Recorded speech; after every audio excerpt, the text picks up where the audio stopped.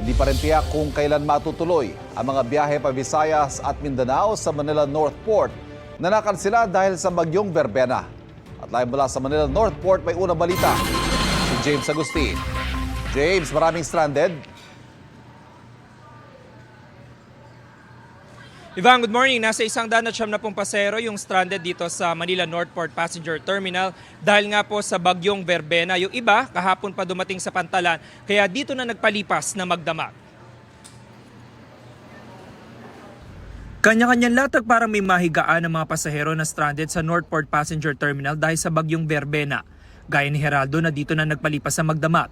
Alas 5 sana ng umaga ang kanyang biyahe pa Bohol. Ngayon lang siya ulit makakauwi matapos ang halos 4 na buwan na pagtatrabaho sa Cavite. Mahirap talaga kasi walang libre pagkain dito. Tapos sa simento lang kami natutulog. Pero okay lang, tiisin lang namin. Para hintayin lang namin para makauwi pagka wala ng bagyo. Excited na ho kayo na makauwi sa inyo? Excited na ho talaga kasi namimiss ko na yung pamilya ko. Alauna ng hapon kahapon naman dumating sa Pantalan si Remerly. Biyahe siyang usami sa dapat sana'y kagabi pa ang schedule pero hindi ito natuloy. 9 na buwan siya nagtrabaho bilang kasambahay sa Quezon City at napagdesisyon na umuwi na sa probinsya. Mahirap naman pero tinitiis. Kaya wala kasi akong mabalikan po eh. Oo, nagtrabaho lang po ako dito. Naghintay lang kung anong schedule talaga. Tiyaga rin sa paghihintay si Pami na pauwi sa Butuan matapos mag-asikaso ng mga dokumento dito sa Metro Manila. Hantay kami sir kasi ngayon papunta dito parang hindi kami ma-late kasi malayo pa kang amin napuntahan sir. Quezon City pa kami, hindi masyado nakatulog sir. Kasi nakaupo lang kami dito. Yun mga ang kasamaan ko, iwan ko kung nakatulog pa sila kasi ako nandito lang. Aabot sa 190 pasahero ang stranded. Kabilang mga may biyahe sa Siargao o Samis, Butuan na alas 6:30 kagabi ang schedule.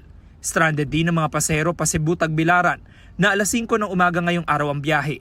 Hindi pa rin masabi kung kailan matutuloy ang biyahe pa Bacolod, Cagayan, Iloilo na alas 12:30 na tanghali mamaya ang orihinal na schedule. Kaninang alas 5:30 ng umaga nang papasukin sa departure area ang mga stranded na pasahero. Pero wala pang kasiguraduhan ng schedule ng kanilang biyahe. May free charging stations din na inilaan para magamit ng mga pasahero.